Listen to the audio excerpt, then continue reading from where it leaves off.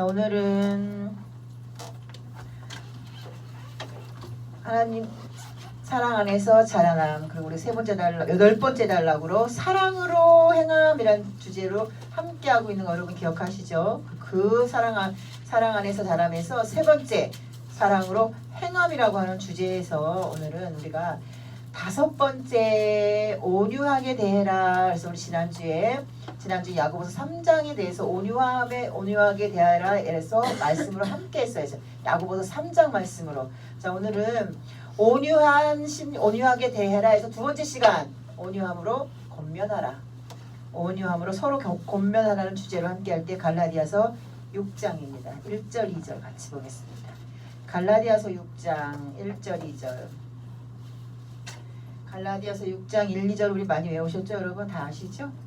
다 같이 하겠습니다. 갈라디아 6장 문제 시작. 형제들아, 사람이 만일 무슨 범죄한 일이 드러나거든 신령한 너희는 온유한 심령으로 그러한 자를 바로잡고 내 자신을 돌아보아 너도 시험에 받을까 두려워하라. 너희가 짐을 서로 지라. 그리하여 그리스도의 법을 성취하라. 아멘.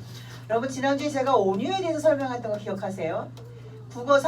우리 국어사전에는 온유는 마음이 부드럽고,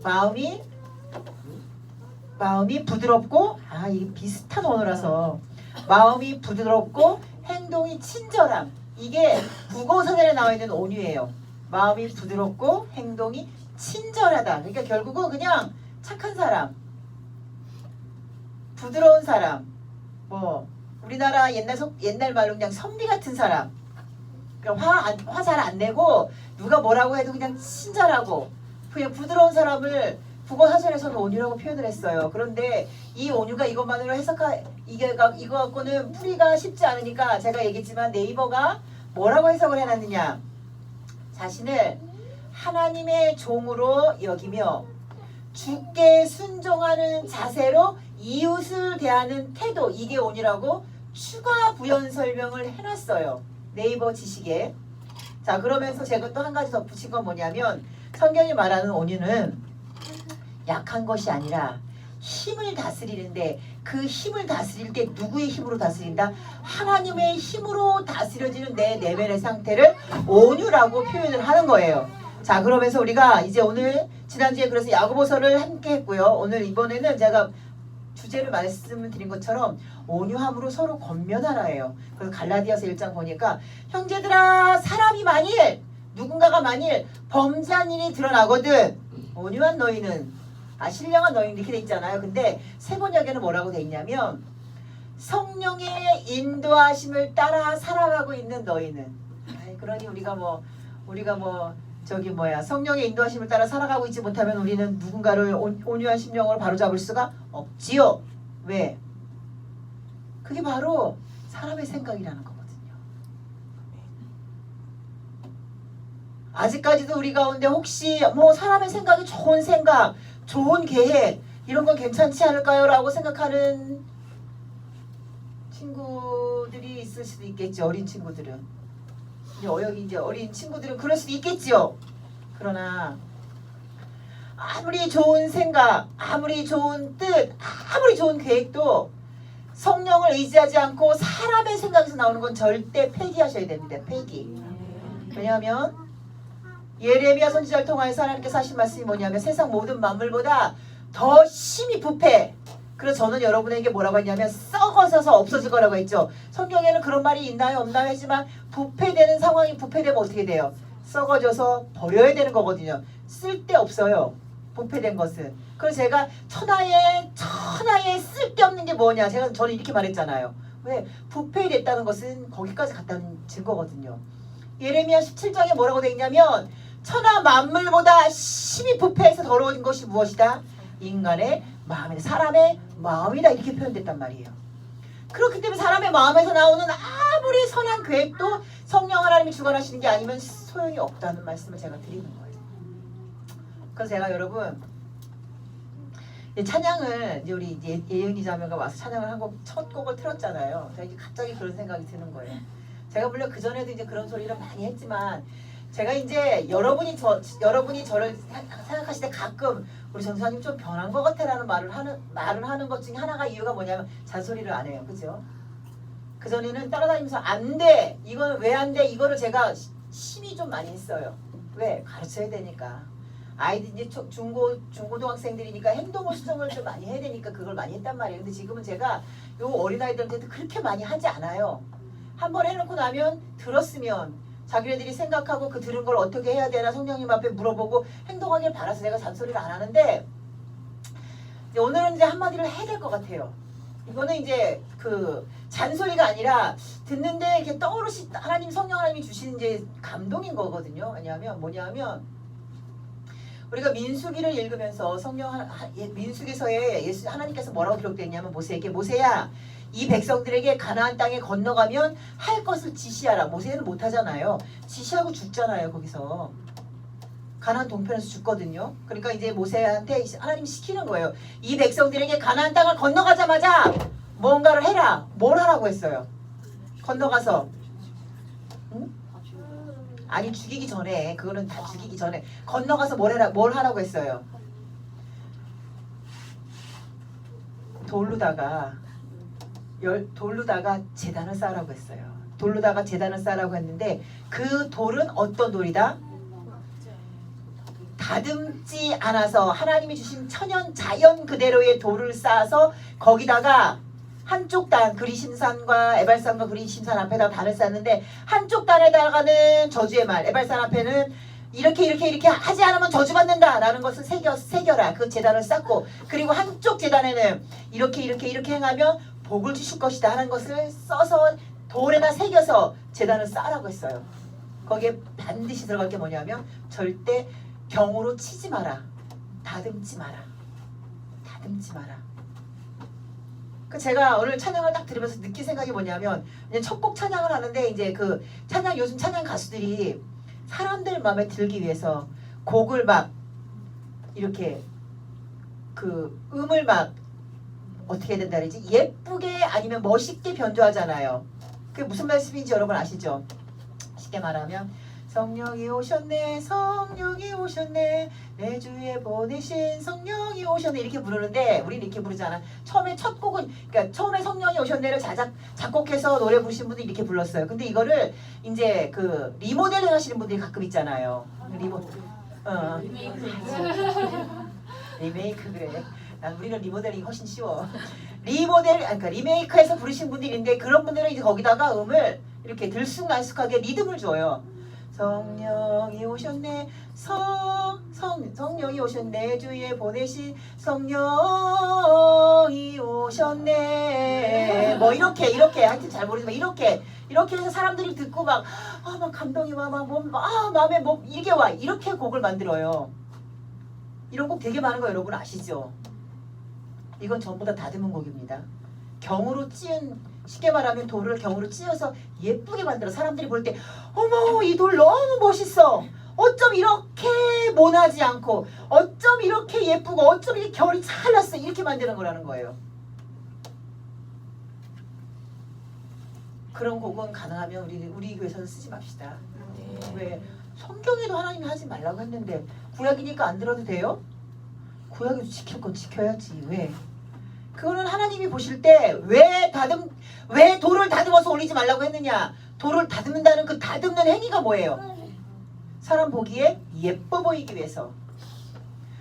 거칠은 돌 지나가다 누가 걸리면 다치면 어떡할까? 걱정 때문에, 염려 때문에 누군가에게 잘 보이기 위해서 사람의 생각이 들어간 거예요. 다듬지 말라고 하는 것은 하나님이 어련히 알아서 모난 돌, 둥근 돌, 네모난 돌, 어련히 편편한 돌, 거친 돌 어련히 알아서 하나님께서 그 돌들을 다 제자리에 배치해 놓으셨을까 하나님께서. 그래서 하나님이 하지 말라고 하는데 그런데 이미 세상의 모든 교회들은 어떤 데에 익숙해졌느냐. 사람이 보기 좋은 교회, 보기에 흡족한 예쁨, 멋있는 교회, 예쁜 교회, 편안해 보이는 교회, 느낌 좋은 교회 만드는 데 익숙해져 있어요.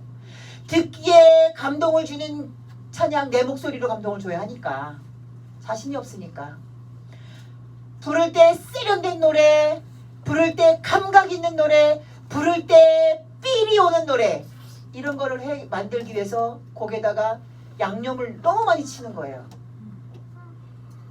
요새는요 찬송가도 리메이크하는 사람들이 있는데 나 진짜 전 역겨워서 들을 수가 없어요. 그 찬송가에다 막 음을 막 늘렸다 이렇게 막 뭐 이렇게 했다 뭐 했다 어떻게 했다 막 들으면 우리는 나이가 우리 같이 50년을 제가 찬송을 부른 사람은요 그거 딱 듣잖아요. 막 속에서 막 이런 게 확 치밀어 올라요. 저렇게 해야 찬양을 된다 요즘 아이들이? 저렇게 불러야 찬양하는 재미가 있나? 그렇게 듣는 걸 좋아하시는 분들에게 우리는 어떻게 되느냐? 온유한 성령으로 인도함 받는 너희는 신령한 너희는 성령으로 인도함 받는 너희는 온유한 심령으로 그런 것을 바로잡아라. 그래서 너도 그것을 보면서 시험에 들지 않게 조심하라. 무슨 시험? 이게 하나님이 보시기에 왜 하나님이 내 찬양 안 들으시지? 왜 하나님이 우리 삶 안 돌아보시지? 왜 하나님이 저런애 왜? 보세요 여러분. 그렇게 찬양 부르는 찬양 가수들이 사람들 앞에 더 인기를 받아요.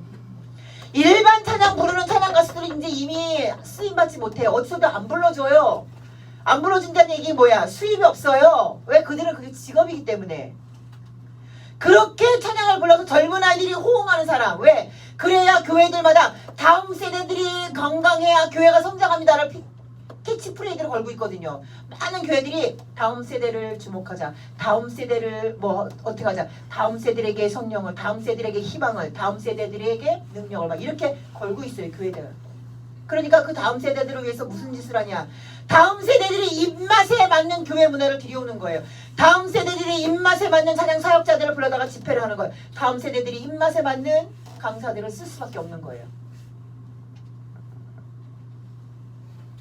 그 입맛에 맞는 것이 하나님이 성경에 절대로 돌을 경으로 쪼개서 그것으로 제단을 절대 쌓지 마라.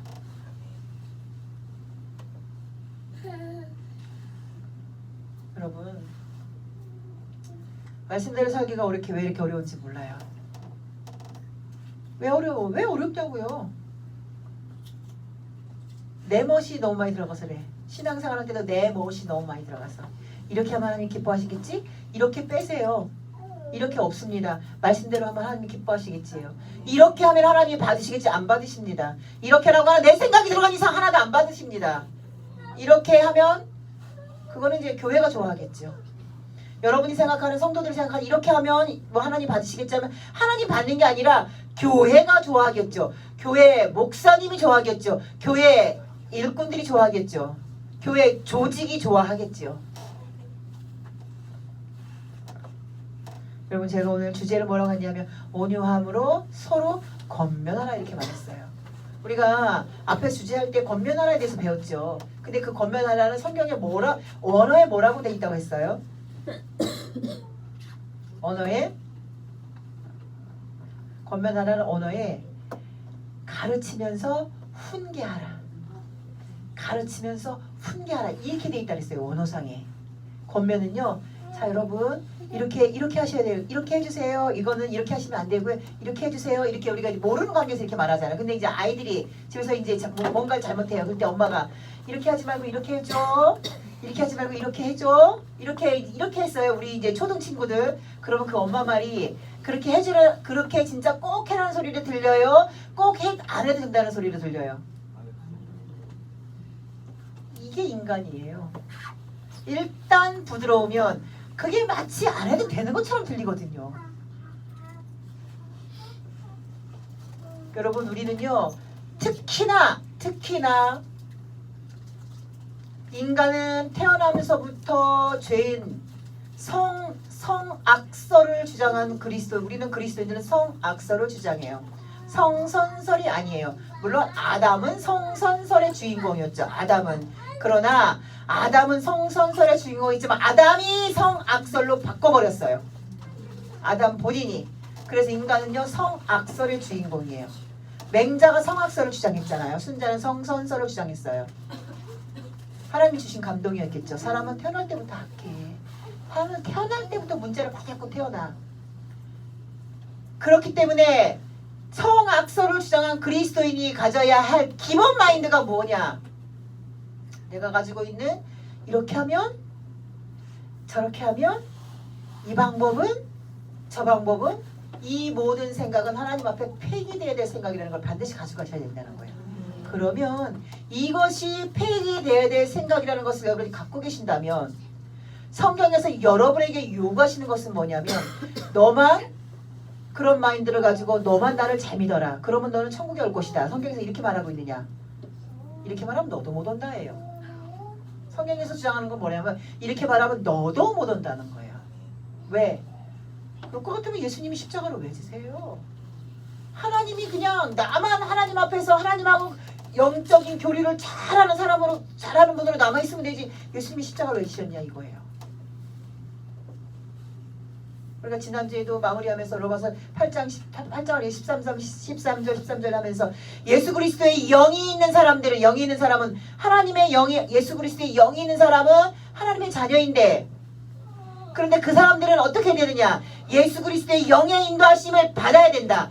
예수 그리스도의 영의 인도하심을 받지 않고 그냥 습관처럼 자신의 육체의 인도함을 받고 자신의 육체대로 살면 육체대로 살다가 육체대로 죽는다. 그 육체대로 죽은 영혼은 어디 간다? 영원한 죽음으로 간다. 예수 그리스도의 영이 있다고 하는 사람들은 반드시 어떻게 된다? 성령의 인도함을 받아야 된다. 제가 지난주에도 이렇게 마무리를 했어요. 여러분이 기억을 하실지는 모르겠지만 예수 그리스도의 영의 인도함을 받는 것이 무엇이냐? 예수님께서 뭐라고 말씀하시냐면 예수 그리스도의 영, 내가 아버지께로 가면 나를 대신하는 내 영 보혜사가 와서 너희 가운데 거할 거야. 그러면 너희에게 여러분 이거는 여러분이 줄줄줄줄줄줄 외우셔서 여러분이 누구를 만나더라도 얘기를 하셔야 되는 부분이에요. 그래서 자꾸 반복하는 거예요.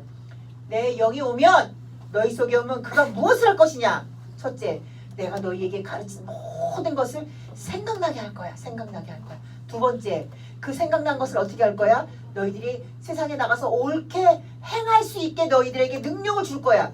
그래서 세 번째, 생각나고 행해서 어디에 이른다? 하나님의 의에 이르도록 너희를 인도할 거야. 성령님은요, 크게 엄청나게 물론 성령 하나님께서 이거 없이 예수의 가르침 없이 그래서 행동하시는 거 없는 사람들 중에도 성령 하나님의 강권적인 역사는 무슨 일을 벌어지냐면 이 영혼은 태초부터 하나님께서 원하신 영혼이니까 이 영혼에게 특별한 은사를 막 주실 때가 있어요. 하나님을 잘 모르는 사람에게도 교회 나온 지 얼마 안 된 사람에게도 막 특별한 은사가 임해서 막 병 고치는 은사, 막 예언의 은사, 이런 은사가 있는 사람들이요 천에 하나 만에 하나 있어요. 진짜 있어요. 요새는 그런 걸 들어보지 못했는 게 문제죠. 1990년대까지 2000년대 초반까지는 있었어요. 그 사람들이 뭐라고 하냐면 기존에 교회 다니는 사람들이 진짜 아니 제가 뭘 하나님 앞에 잘했길래 저렇게 은사를 받아 이렇게 시기하는 경우도 굉장히 많았어요. 근데 우리는요 여러분 그거 아셔야 돼요. 기독교는요 특별한 종교일까요? 보편적인 종교일까요? 네? 이거 아셔야 돼요. 기독교는 특별한 종교일까요? 보편적인 종교일까요? 보편이에요. 우리는 특별을 추구하지 않아요. 특별을 추구하면 특별히 은사 못 받은 사람은 어떻게 돼요? 전부 저주된 거예요. 우리는 보편의 은사예요. 왜? 생활에서 그리스도를 느끼며 살아가는 보편의 은사가 우리 기독교예요. 근데 사람들은 잘못 알고 있어요. 성령을 받아서 성령의 능력을 막 살아가야 되니까 마치 특별한 은사가 임해야지만이 진짜 그게 하나님 백성인 것처럼 생각을 해요. 그렇지 않아요.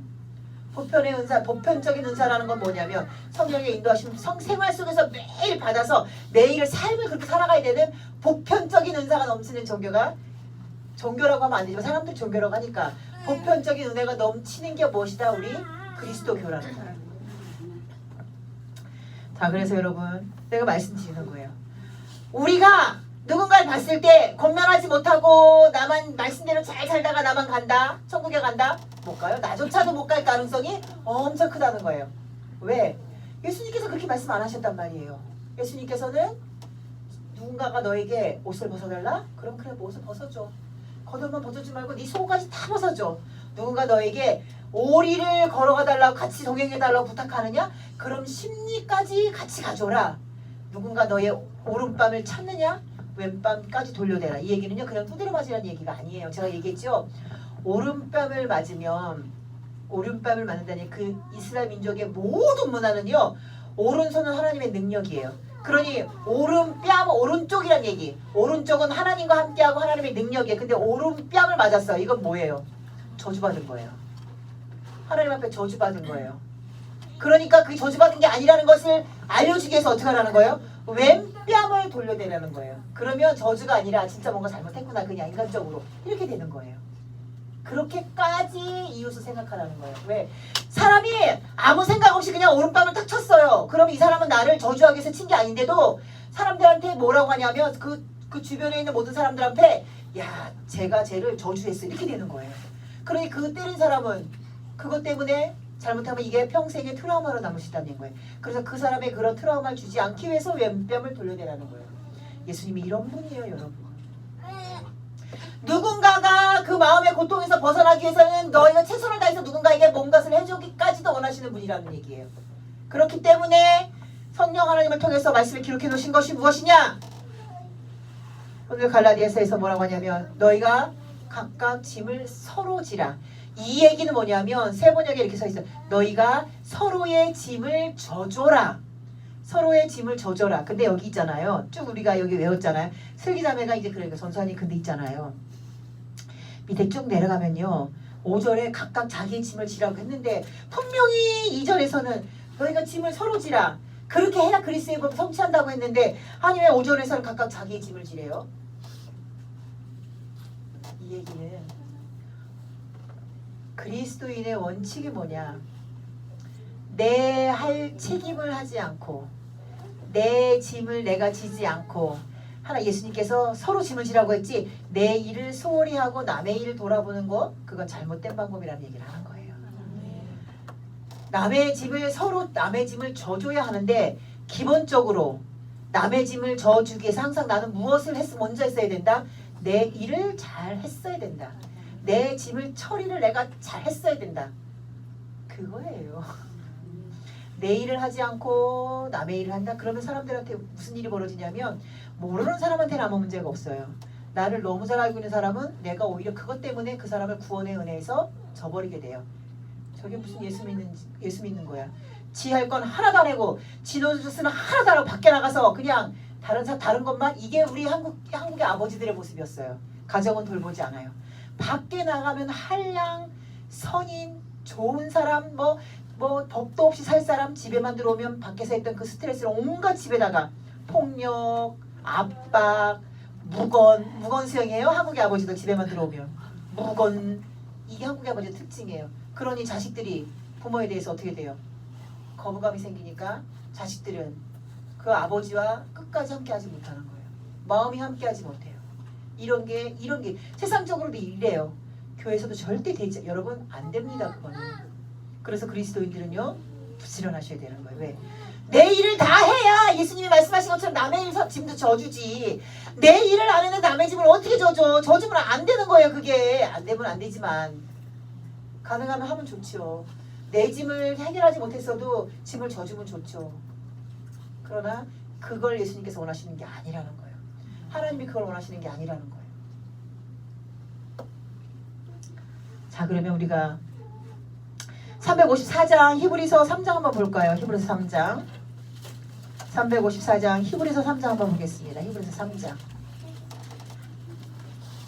히브리서 3장 자 히브리서 3장에 거기 타이틀만 볼까요? 뭐라고 돼 있나? 시작 하나님이 주시는 안식. 네, 히브리서 3장의 주제는 하나님이 주시는 안식에 대해서 설명했는데 하나님이 주시는 안식의 끝이 어디예요? 천국이에요. 천국에 들어갈 수 있는 방법, 들어가지 못하는 방법, 왜 못 들어간다가 기록되어 있는 게 히브리서 3장이에요. 그래서 1절부터 6절까지 보면은 하나님의 집에 대해서 설명이 돼 있어요. 모세가 충성했다. 하나님의 그것은 자기 집에 한 게 아니라 하나님의 온 집에 한 거야. 그런데 이제 집 지은이에 대해서 모세는 집을 지은 자가 아니야. 집을 관리한 사람이야. 집 지은 자가 누구냐? 그게 하나님이고 예수 그리스도다. 이걸 설명한 게 6절까지예요. 그런데 7절부터 11절까지 보면 11절 일단 11절만 읽어볼까요? 11절 시작. 내가 노하여 맹세한 바와 같이 저희는 내 안식에 들어오지 못하리라 하셨다.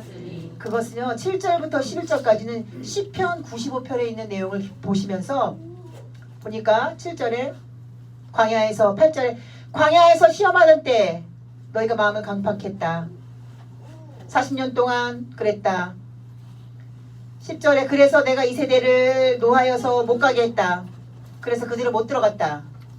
그러니까 1절부터 6절까지는 하나님의 집에 대해서 설명을 잘하고 계세요. 그런데 7절부터 11절까지 근데 그들은 못 들어갔어. 저주받은 거야. 그래서 12절, 13절, 14절은 어떻게 해야 하나님의 집에 들어가는지에 대해서 이유가 나와 있어. 어떻게 해야 하나님의 집에 들어간다. 12절, 13절, 14절 같이 읽겠습니다. 시작.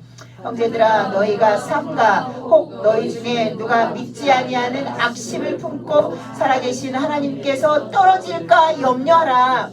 오직 오늘이라 일컫는 동안에 매일 피차 권면하여 너희 중에 누구든지 죄의 유혹으로 강팍해 됨을 면하라. 우리가 시작할 때에 확실한 것을 끝까지 견고히 잡으며 그리스도와 함께 참여한 자가 되리라. 이렇게 기록이 돼 있어요. 11절 우리가 읽었지만 그들은 내가 노하여서 내 맹세한 바가 저희들 내 안식에 들어오지 못했어. 그런데 너희들 어떻게 되느냐?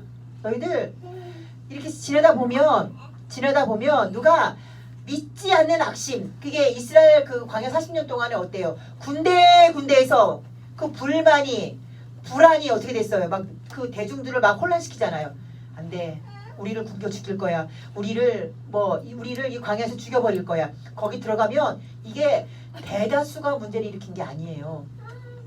아주 극소수의 한두 명, 많게는 10명 이런 사람들이 자신의 마음속에 있는 두려움, 걱정 때문에 그들이 속에서 일어나는 불신이 대중을 현혹시켜서 문제를 일으켰다는 거예요. 그게 12절이에요. 형제들아 너희가 삼가 혹 너희 중에 누가 믿지 아니하는 악심을 품고 살아계신 하나님께서 떨어졌다 염려하라. 그러면서 13절이 이렇게 하는 거예요. 오늘이라고 일컫는 동안에 살아서 숨을 쉬는 모든 오늘, 살아서 호흡하는 모든 오늘, 여러분 우리에게는 매일이 오늘인 거 아시죠? 오늘 보니까 어제가 과거인 것처럼 보지만 어제 살 때는 과거였어요? 오늘이었어요? 오늘이에요. 우리 인생에는요 여러분 과거가 없어요. 과거는 죽은 시간이에요. 그리고 미래가 있어요? 미래는 오지 못할지도 모르는 불투명한 시간이 미래예요. 인생에게는요 매일 오늘만 존재한다는 걸 여러분이 반드시 아셔야 돼요. 그래서 여러분은 오늘을 잘 사셔야 된다는 거예요. 성경에도 그러잖아요. 오직 오늘이라 일컫는 동안에 매일 피차 권면하여 너희 중에 누구든지 죄의 유혹 때문에 그 마음이 강팍해 될까 조심해서 매일 어떻게 하라? 권면하라. 그렇게 해야 하나님 집에 들어간다는 거예요. 19절 볼까요? 19절 같이 봅니다. 시작. 이러고 본데 저희가 능히지 아니함으로 능히 들어가지 못한 것이라. 그러면서 14절까지 읽었지만 15절부터 19절까지는 또 이스라엘 광야 40년을 간단하게 해놨어요. 순종하지 아니하는 자는 들어가지 못한다는 거죠. 히브리서 3장은요 여러분이 아시지만 그 바울 사도의 서신이 아니에요. 그 누군지 그 작성자가 누군지는 알 수 없지만 히브리 언어, 히브리학이 뭐냐면 구약이잖아요. 구약이 아주 능통한 자. 그래서 구약에 기록되어 있는 그가 바로 예수 그리스도라. 그래서 1절부터 쭉 보면 예수 그리스도에 대해서 정확하게 묘사하시잖아요. 그가 예수 그리스도가 누구냐? 구약에 기록해놓은 그다. 예수님 하나님께서 보내주실 그분이다 라는 것을 정확하게 묘사하신 분이 히브리서 저자거든요. 그 히브리서 저자가 하나님 나라에 하나님이 주신 안식에 들어가는 방법과 들어가지 못한 이유, 들어가지 못하는 것까지 결론을 지어낸 게 뭐냐면 3장이란 얘기예요. 그 3장에서 하나님께서 원하시는 건 뭐냐? 피차 너희들이 오늘이라고 일컫는 모든 시간 동안 너희들은 무엇을 해야 된다? 피차 권면해라. 어떻게? 시험에 들어서 마음이 강팍해지면요 여러분, 시험에 들어서 무슨 짓을 하기 전에 마음이 딱딱해지기 시작하면 구원에서 이미 제외라고 오늘 히브리서 3장에서 말씀하시고 계시는 거예요. 너희가 마음이 강팍해져야 하나님 나라에 들어가지 못하는 일이 벌어지지 않도록 피차 권면하라 이렇게 말씀하고 계시는 거예요. 권면하는 게 너무 어렵잖아요. 왜? 요거도 먹어야 되니까. 실제로 내 삶에 마이너스가 되니까 문제가 많이 발생을 하니까. 디도서 볼까요? 348장 디도서 봅시다. 디도서 348장 바로 앞에 장 몇 장만 가면 됩니다. 1장에 5절 위에 소주제 있어요. 5절 위에 소주제. 다 같이 봅니다. 시작. 그레데에서 해야 할 디도의 사역. 네, 그레데 섬에서 디도가 그레데 섬의 사역자로 사도 바울이 파송을 해요. 그레데 사람들이 굉장히 악하거든요. 여기 디도서 읽다 보면 그레데 사람들이 얼마나 악한지 나와 있어요. 얼마나 악한지 나와 있기 때문에 사도 바울 선생님이 디도에게 명확하게 이렇게 하라고 말을 해주고 있어요. 자, 보시면요. 5절부터 6, 7 여기 이제 장로를 세워라. 아내가 남편에게 해야 된다. 자녀를 어떻게 해야 된다. 7절에 감독은 또 어떻게 해야 된다. 그리고 나그네를 8절에 나그네를 대접하라. 근신하면서 거룩하며 절제해야 된다. 자, 9절 같이 읽습니다. 시작. 미쁜 말씀을 가르침을 그대로 지켜야 하리니 이는 능히 바른 교훈으로 권면하고 거스려 말하는 자들을 책망하게 하려 함이라. 미쁜 말씀, 미쁜이라는 말 성경에 나오죠, 여러분. 미쁜은요, 신실하다 이런 뜻이에요. 신실하다는 뜻이 뭘까요? 신실하다는 얘기는요, 거룩하다라고 말하고 똑같아요. 흠도 없고 점도 없고 깨끗하고 온전한 것을 미쁘다고 하세요. 그래서 하나님을 얘기할 때 신실하신 분 한데 또 가끔 어디든 좀 어려운 말로 미쁘신 하나님 이렇게 말씀에 표현돼서 그 미쁘시냐는 것은 흠이 없고 점도 없고 깨끗한 미쁜 말씀의 가르침을 그대로 지켜야 하느니. 신약 시대예요. 사도 바울 선생님은 그렇게 말해요. 미쁘신 말씀을 그대로 지켜야 한다. 그대로 가르쳐야 한다. 그대로 권면해야 된다. 그래서 그 미쁘신 말씀에 어긋나는 자는 어떻게 해야 된다? 책망해야 한다. 그게 바로 디도가 그 정말 악한 사람들, 악하다는 건요, 뭐 살인자, 강도자 이게 있다는 게 아니라 자기 생활 방식, 우상. 왜냐면 그레데 섬 좀 보세요. 그레데 밑에 뚝 떨어져 있는 바다 보이죠? 섬 디도서 써있죠. 저희가 그레데 섬이에요. 사도 바울이 로마로 끌려갈 때 그 풍랑을 피해서 다시 한번 가가지고 재발행한 데가 디도 그레데 섬의 미항이라는 곳이거든요. 거기가 아주 항구 도시 아시죠, 여러분? 섬나라. 거기는요, 성문화 자유롭고 소비문화 자유롭고 아주 영혼들이 자유로운 영혼이 사는 곳이 그레데예요. 그래서 악하다고 하는 거예요. 여러분, 제가 악하다고 표현하는 건요, 폭력, 살인 이게 아닐 거예요. 성경에서 말한 악한 것은요, 자기의 의로 똘똘 뭉쳐, 자기의 방식으로 똘똘 뭉쳐 있는 게 악한 거예요. 잘 들으세요, 여러분. 자기의 방식, 자기의 생각, 자기의 고집, 자기의 계획으로 똘똘 뭉쳐있는 여러분은 하나님 앞에 가장 버려질 1번 대상자라는 거. 왜? 내 생각, 내 계획, 내 뜻, 내 것은요, 하나님하고 완벽하게 반대되는 성향이거든요. 이거 여러분이 반드시 기억하시기 바랍니다. 디도서를 통해서 히브리 기자는 바울 선생님이 아니에요. 히브리서 기자와 디도서의 기자가 비슷한 얘기를 하고 있는 거예요. 디도서의 기자는 사도 바울입니다. 사도 바울 선생님이 뭐라고 하느냐? 신실하고 미쁜 하나님의 말씀을 그대로 가르쳐라. 그대로 가르쳐라. 그리고 능히 바른 교훈으로 권면해. 가르치고 훈계해. 그래서 거스리는 말, 미쁜 교훈에 거스리는 말 하는 자들을 어떻게 해야 된다? 따끔하게 책망해야 된다. 책망해야 된다. 왜? 그래야 말씀 그대로를 행할 수 있는 요만큼의 기회가 주어지는 거예요, 여러분. 책망하지 않고 권면하지 않으면, 가르치고 훈계하지 않으면 말씀대로 어떻게 살아요? 자기 생각대로 살지. 쉽지 않습니다. 너무 쉽지 않아요. 너무 어려워요.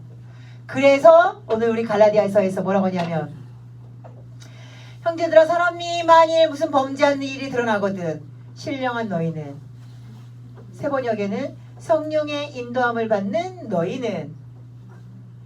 그래서 우리가 성령의 인도함을 받아야 해요. 왜? 우리는 우리 주변에서 우리 삶 가운데서 우리의 삶의 배경에서 우리 뭐 환경에서 이렇게 범죄한 일이 드러나는 사람을 보면은 권면해야 될 책임이 있는데 성령의 인도함을 못 받으면 어떻게 권면해? 성령의 인도함을 받지 않은 자가 권면하면 그건 엄청난 죄악이라는 거예요. 왜? 저도 똑같은 인간인데 뭘 권면을 해? 똑같은 놈이 똑같은 놈을 끌고 가면 어떻게 된다? 낭떠러지로 떨어진다. 이게 예수님께서 하신 말씀이에요. 성경의 인도함을 받는 너희들은 성경과 함께 성경은 낭떠러지로 떨어지게 하는 것이다.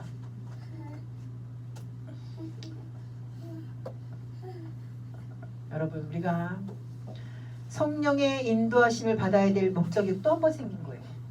왜? 권면해야 하고 책망해야 하고 가르쳐야 하고 하나님 앞에서 서 있어야 하고. 그런데 성령 인도하심을 받지 않은 것은 하나님 앞에서 절대 헛수고라는 거야. 헛수고. 그냥 이게 헛수고로 끝나면 얼마나 좋아요 여러분. 헛수고라면 특별한 문제가 안 생기고 헛수고로만 끝나도 그냥 뭐 나한테 손해가 없으니까 헛수고 정도가 아니라 이거는요 내가 하나님 앞에 구원을 받느냐 구원을 받지 못하느냐를 판결 지을 수 있는 중요한 요소가 된다는 거죠. 왜? 말씀대로 살지 않았기 때문에.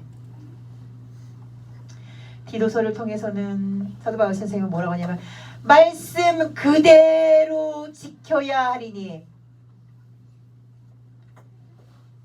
밑부신 말씀은 그대로 가르칠 때 어떻게 된다? 그대로 내가 지켜서 가르쳐야 한다. 요한계시록을 쓴 요한사도는 뭐라고 했느냐? 마지막 때 천국에 들어가지 못하는 사람들 중에 한 사람은 어떤 사람이라고? 말씀을 한 글자라도 뺀 사람. 말씀을 한 글자라도 뺀 사람은 너의 생명록에서 너의 이름이 빠질 것이요. 말씀에다가 네 생각을 더해서 한 글자라도 더한 사람, 이게 더 무서운 것 같아요. 더한 사람은 어떻게 된다? 세상에 넘쳐나는 모든 저주가 너에게 더할 것이다. 그래서 제가 여러분 또 누누이 얘기합니다. 성경을 많이 읽으라는 거예요. 왜?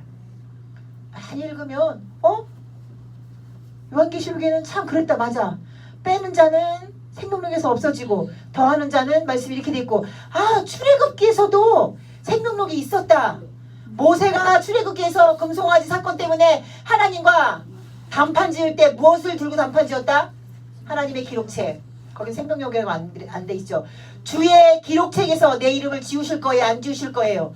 하나님이 이들 용서 안 하실 거면 내 이름 지우세요. 나도 안 가요. 나 필요 없어요. 하나님 나라에 기록되는 거 나 필요 없어요. 모세가 이렇게까지 했단 말이에요. 그래서 제가 성경을 많이 읽으라는 거예요, 여러분. 또 요한계시록 3장 1, 2, 3, 2장이나 3장 중에 7교회들에게서 말씀하실 때에 생명록에서 내 이름을 지워버릴 것이다.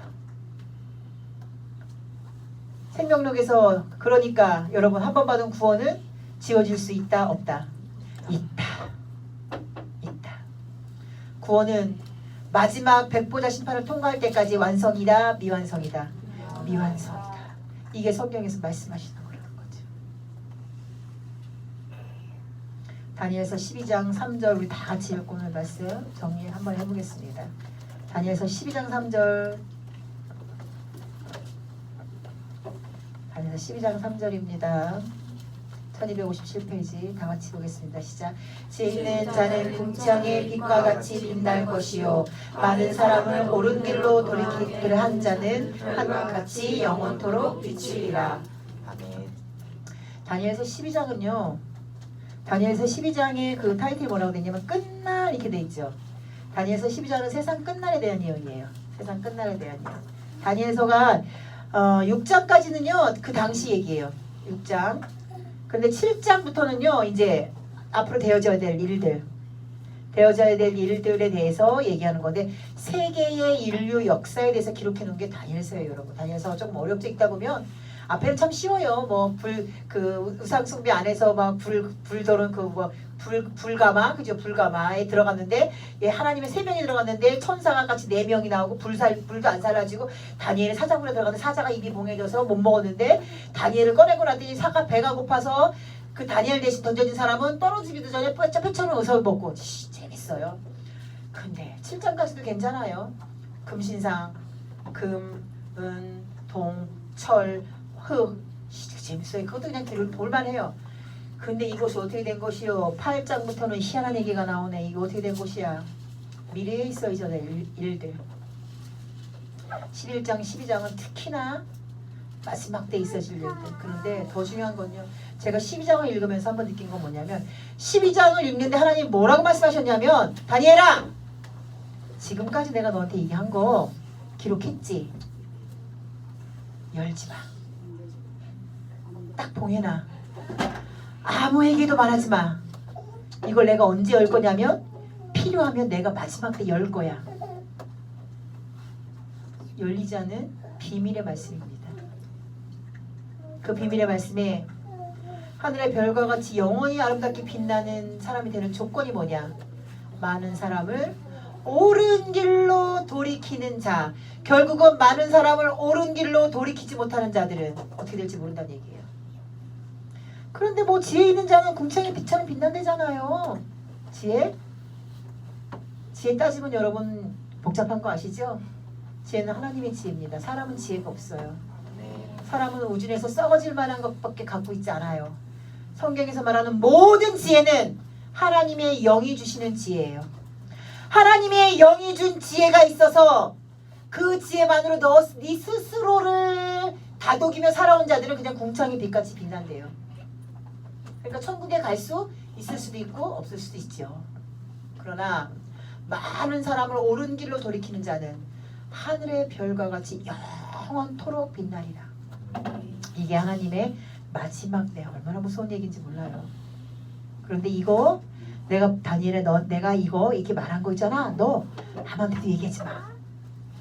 아무한테도. 어디 써 있냐면 9절 볼까요? 9절 시작. 그가 가로되 다니엘아 갈지어다. 대저 이 말은 마지막 때까지 간수하고 봉함할 것이니라.